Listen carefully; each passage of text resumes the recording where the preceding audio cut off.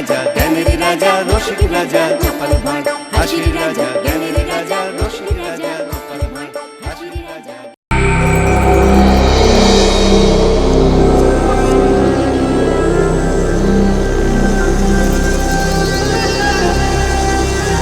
আরে তাড়াতাড়ি যাও গোপাল গিন্নি, বেশি দেরি করলে কিন্তু জলই পাবে না। তাই বুঝি? তবে যাই। উহ, কি দিনকাল পড়লো বলো তো, রাজ্যে এক ফোঁটা জল নেই। ঠিকই বলেছো, এক কলসি জল আনতে 4 ক্রোশ পথ পায়ে হেঁটে যেতে হচ্ছে। বাবা, এমন জলের আকাল পড়বে স্বপ্নেও ভাবিনি। চলো চলো, কথা না বাড়িয়ে পা বাড়াও, বাড়ি গিয়ে রান্না চাপাতে হবে তো। আমাদের তো নাওয়া খাওয়া সব মাথায় উঠেছে, জল ছাড়া জীবন চলে নাকি?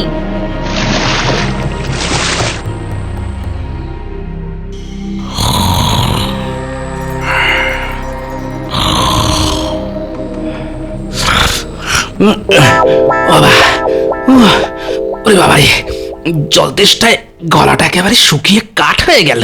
তেষ্টার চোটে এত সুন্দর ঘুমটাও চটকে একেবারে চচ্চড়ি হয়ে গেল। দূর।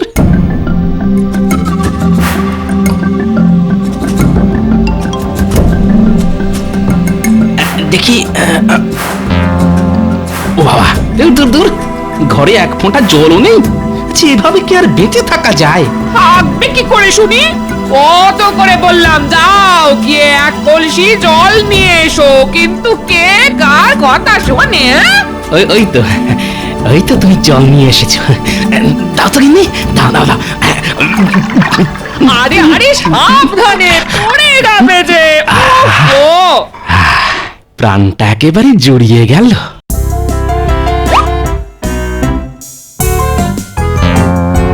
দিলে তো সব জল শেষ করে, এবার বাকি দিনটা চলবে কেমন করে শুনি?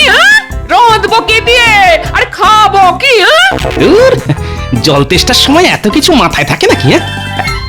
ওই দেখো, পেটে জল পড়তে না পড়তেই খিদেতে পেটের ভিতরে ইঁদুরগুলো যেন ডাকতে শুরু করে দিল। এই মানুষটার খালি খাওয়া আর ঘুম, তার বাইরে কিচ্ছুটি চেনে না। সারাদিন খাই খাই খাই খাই করে আমাকে একেবারে পাগল করে দিলে গো। দাও তো গিন্নি, একটু ছাতু মেখে দাও। হ্যাঁ, আজ ছাতু মাখা খেয়ে রাজসভায় যাব। সংসারে এখনো মেলা কাজ পড়ে আছে আমার, আমি পারবো না তোমার জন্য ছাতু মাখতে। ভগবান দুটো হাত দিয়েছে যখন, তখন হাত দুটোকে একটু কাজে লাগাও না।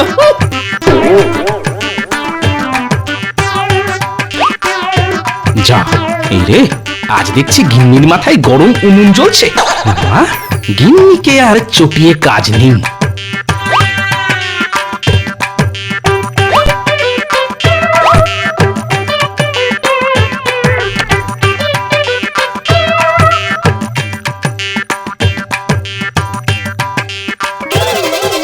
যা, জল ছাড়া ছাতু মাখবো কি করে?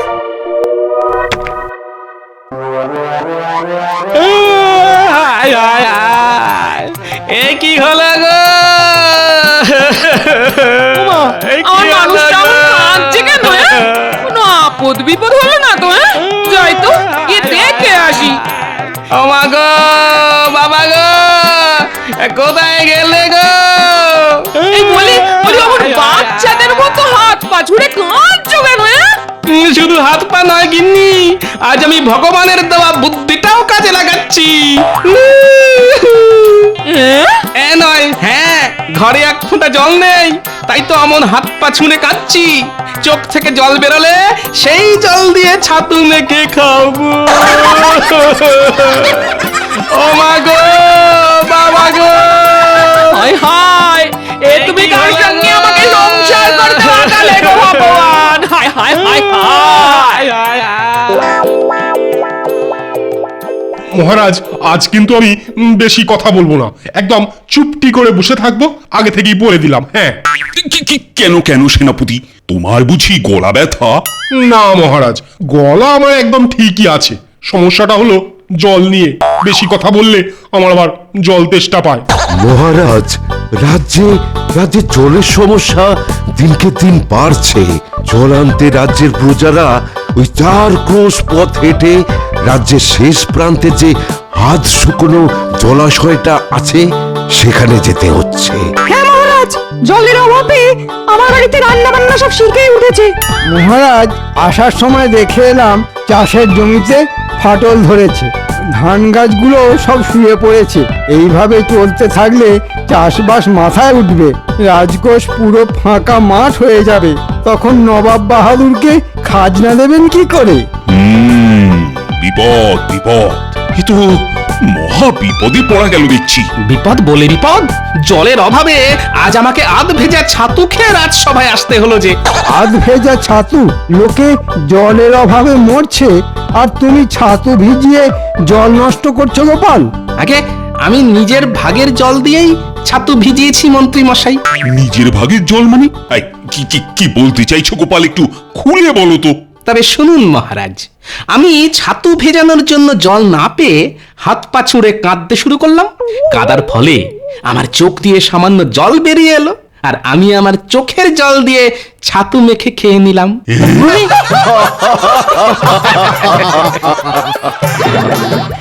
সত্যি গোপাল, তোমার মাথায় কত বুদ্ধি।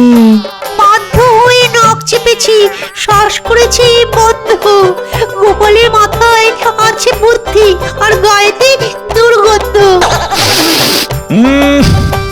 ঠিকই তো গোপাল, বাবা তোমার গা থেকে না একটা বিশ্রী গন্ধ বেরোচ্ছে। সত্যি করে বলো তো গোপাল, কতদিন স্নান করো না? সে আর দুঃখের কথা আর কি বলবো, ঘরে স্নানের জল নেই। স্নান করতে গেলে বাড়ি থেকে 4 ক্রোশ পথ পায়ে হেঁটে জলাশয়ে যেতে হচ্ছে। স্নান সেরে ওই 4 ক্রোশ পথ হেঁটে বাড়ি ফিরতে ফিরতে আবার সারা শরীর ঘামে ভিজে যাচ্ছে। তাই ঠিক করেছি, যতদিন না জলের কষ্ট মিটবে ততদিন আমি স্নান করব না। ছি ছি ছি ছি, এতদিন জানতাম তুমি কিপ্টে, এখন দেখছি শুধু কিপ্টে না, তার পাশাপাশি কুঁড়েও। না না না না, এবার কিছু একটা করতেই হচ্ছে, এইভাবে তো আর চলতে পারে না। আমার প্রজারা জলের অভাবে কষ্ট পাচ্ছে, এটা আমি কিছুতেই মুখ বুঝে সহ্য করব না। কিন্তু কি করবেন মহারাজ, জল তো আর মোহরের বদলে কেনা যায় না, জল তো ভগবানের দান। বর্ষা আসতেও এখনো অনেক দেরি, ততদিন কিভাবে এই জলের কষ্ট মেটাবেন মহারাজ? মহারাজ, আপনি যদি আমাকে একটা সুযোগ দেন আর সঙ্গে 100 মোহর দেন, তাহলে আমি একটা চেষ্টা করে দেখতে পারি। তাই নাকি মন্ত্রী? তা তুমি কি করবে শুনি?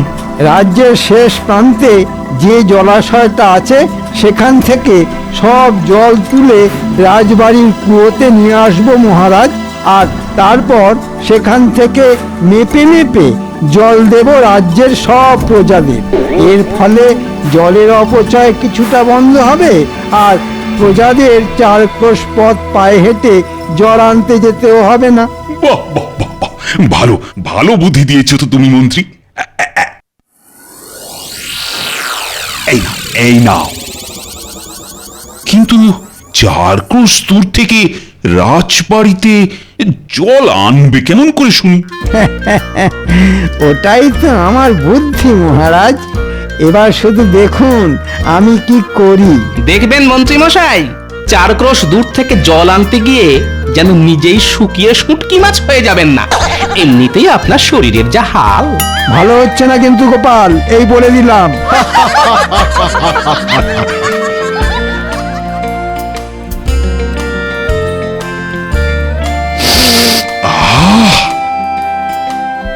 বেশ সুন্দর গন্ধ বেরিয়েছে দেখছি।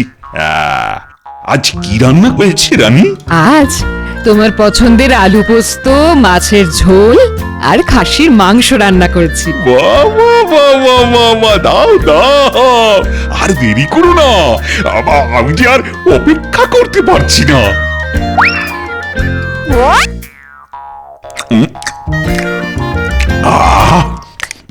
অমৃত অমৃত। আস্তে আস্তে খাও, না হলে গলায় বেঁধে বিষম খাবে যে। জল জল জল। কতবার বলেছি খাওয়ার সময় বেশি কথা বলবে না, কিন্তু কে কার কথা শোনে? এই কে আছো? মহারাজের জন্য জল নিয়ে এসো তাড়াতাড়ি। জো হুকুম রানীমা। দাও দাও তাড়াতাড়ি। বাবা,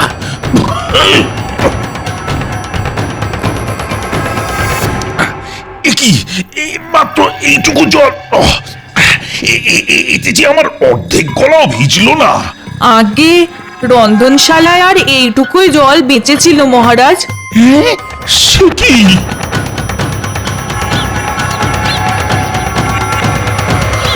আমাদের ডেকেছেন মন্ত্রী মশাই? হ্যাঁ, একটা কাজ আছে।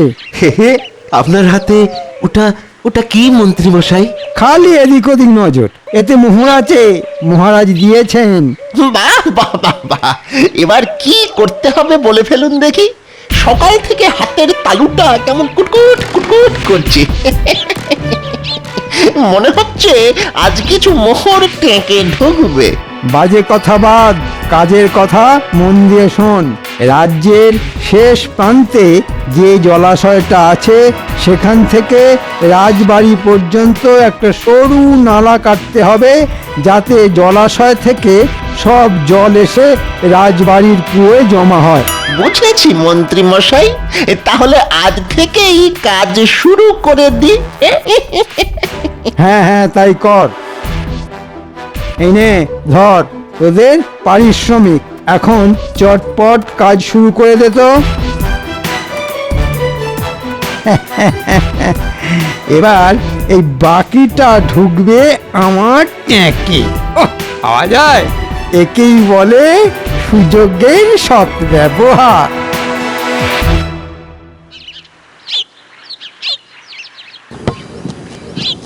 দেখুন মহারাজ, এইভাবে নালা কেটে যদি জলাশয়ের সঙ্গে যোগ করে দেওয়া যায় তাহলেই কাজ শেষ। জল নিজে থেকে এসে পড়বে রাজবাড়ির কুয়োয়। বাহ মন্ত্রী বাহ, তোমাকে যতটা বোকা ভাবতাম তুমি দেখছি ততটা বোকা নও।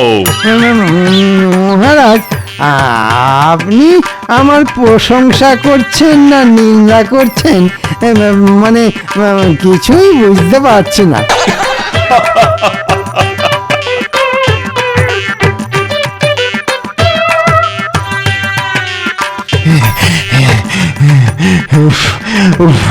আর পাচ্ছি না, আর পাচ্ছি না রে ঘটা। একে একে চড়া রোদ, তার উপর ওই হাতের কাছে জলও নেই। তেষ্টায় গলা বুক একেবারে ফেটে যাচ্ছে। দরকার নেই মোহরের, চল পালিয়ে যাই। আপনি বাঁচলে বাপের নাম। ঠিক ঠিক বলেছিস বটা, ঠিক বলেছিস। না হলে আমাদের এই রোদে এই পটল তুলতে হবে। হ্যাঁ, ঠিক বলেছিস। কিরে, চুপ করে দাঁড়িয়ে পড়লি কেন? আমাদের আমাদের ছেড়ে দিন মন্ত্রী মশাই, আমাদের দ্বারা এই কাজ হবে না। বললেই হলো ছেড়ে দিন। গুনে গুনে মোহর নেওয়ার ডালা মনে ছিল না? এই ধরুন আপনার মোহর। এই কটা মোহরের জন্য আমরা পটল তুলতে চাই না। আর আর কিছুক্ষণ এখানে দাঁড়ালে আমরা শুকিয়ে একেবারে শুটকি মাছ হয়ে যাব। চল চল বটা, চল আমরা বাড়ি যাই। এই রোদে আর দাঁড়াবো না। চল চল। কি মন্ত্রী, আমি যে তোমাকে 100 মোহর দিলাম, তা ওরা তোমায় মাত্র 10 মোহর ফেরত দিল কেন? তাহলে বাকি মোহর কোথায় গেল? মানে বাকি মোহরগুলো আমার কাছেই আছে মহারাজ, সময় মতন ওদের ঠিক দিয়ে দিতাম। তোমাকে চিনতে আমার আর বাকি নেই, কোনো কাজ হবে না তোমার দ্বারা। মরকট কোথাকার, বাকি মোহরগুলো আজকের মধ্যে ফিরিয়ে না দিলে না তোমার গর্দান নেব, এই আমি বলে দিলাম।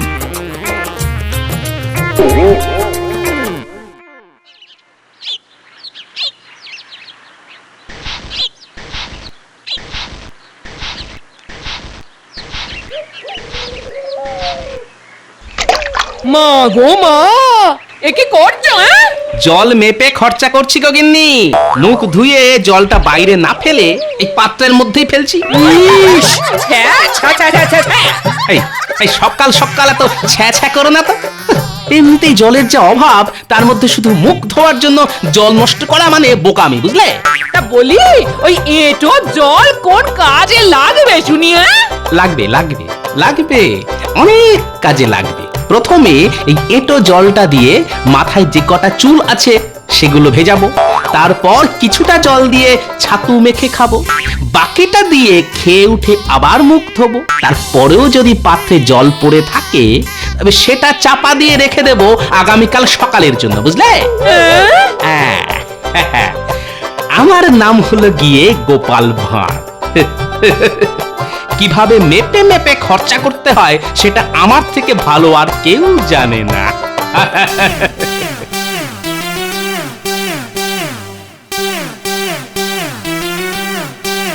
কি ব্যাপার মহারাজ, আপনাকে দেখে বড় চিন্তিত মনে হচ্ছে। রাজ্যে এমন একটা মন্ত্রী থাকতে চিন্তা না করে উপায় আছে? সে কি মন্ত্রীমশাই, এইবারও আপনি? হ্যাঁ হ্যাঁ, প্রত্যেকবারের মতো এইবারও আহাম্মক মন্ত্রীটা না গাধার মতন বুদ্ধির পরিচয় দিয়েছে। তাই বলি, আমাদের মন্ত্রীমশাই আজ কেন ভেজা বিড়ালের মতন এক কোণে চুপটি করে দাঁড়িয়ে আছেন?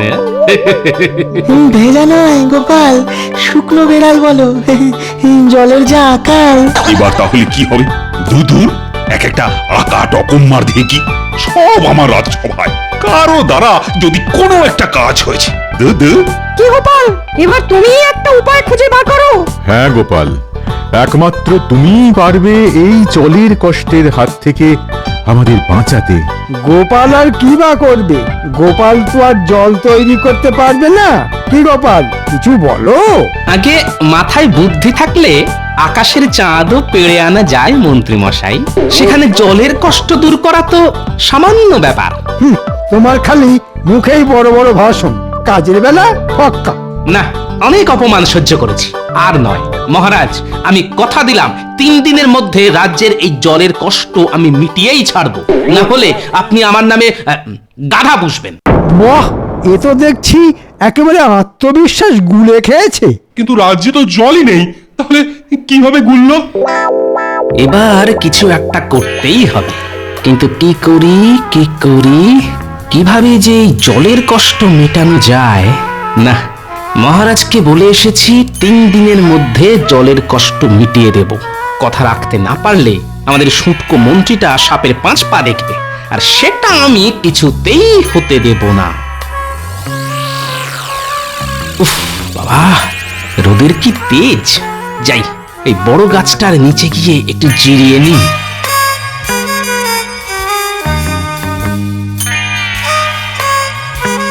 এহে, আশেপাশের সব চারা গাছগুলো প্রায় শুকিয়ে আধমরা হয়ে গেছে দেখছি। কেবল এই বড় গাছগুলো ঠিক আগের মতোই আছে, যেন বড় গাছগুলোর জলের অভাব মালুমই হচ্ছে না। কিন্তু এমন কেন? বিজ্ঞান, এর উত্তর দিতে পারবে একমাত্র বিজ্ঞান।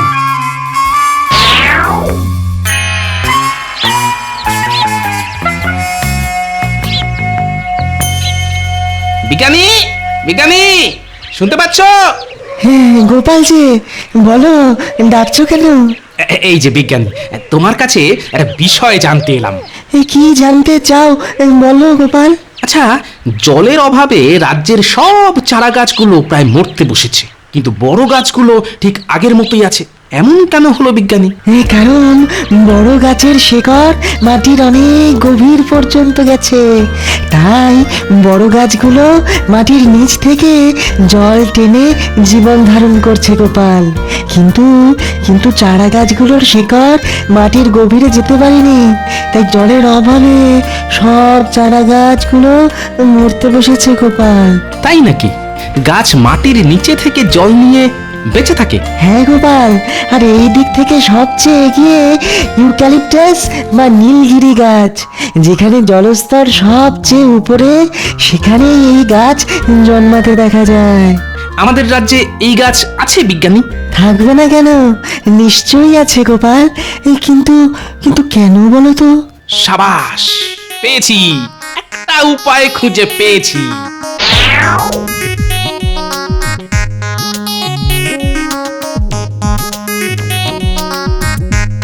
ভালো করে খুঁজো বিজ্ঞানী, খোঁজ পেলেই আমাকে ডাকবে। আচ্ছা গোপাল, পেয়েছি গোপাল, এটাই হলো ইউক্যালিপটাস গাছ।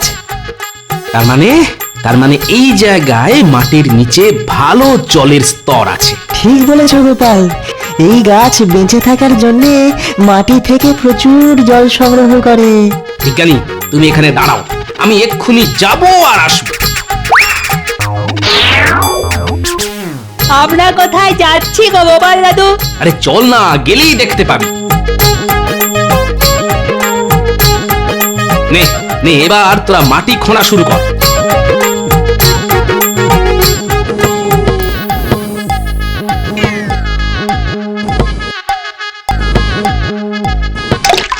এই তো এই তো, যেটা ভেবেছিলাম সেটাই হয়েছে। কি মজা কি মজা, মাটির নিচে জল পাওয়া গেছে। বিজ্ঞানী, তুমি গিয়ে মহারাজকে ডেকে নিয়ে এসো তাড়াতাড়ি। হ্যাঁ হ্যাঁ, এক্ষুনি যাচ্ছি গোপাল। তাড়াতাড়ি চলুন মহারাজ, গোপাল আপনার জন্য অপেক্ষা করছে। আরে যাচ্ছি যাচ্ছি, কিন্তু কি এমন জিনিস দেখাবে বলো তো গোপাল? যত সব ন্যাকামো। ন্যাকামো নয়, বুদ্ধি, গোপালের বুদ্ধি।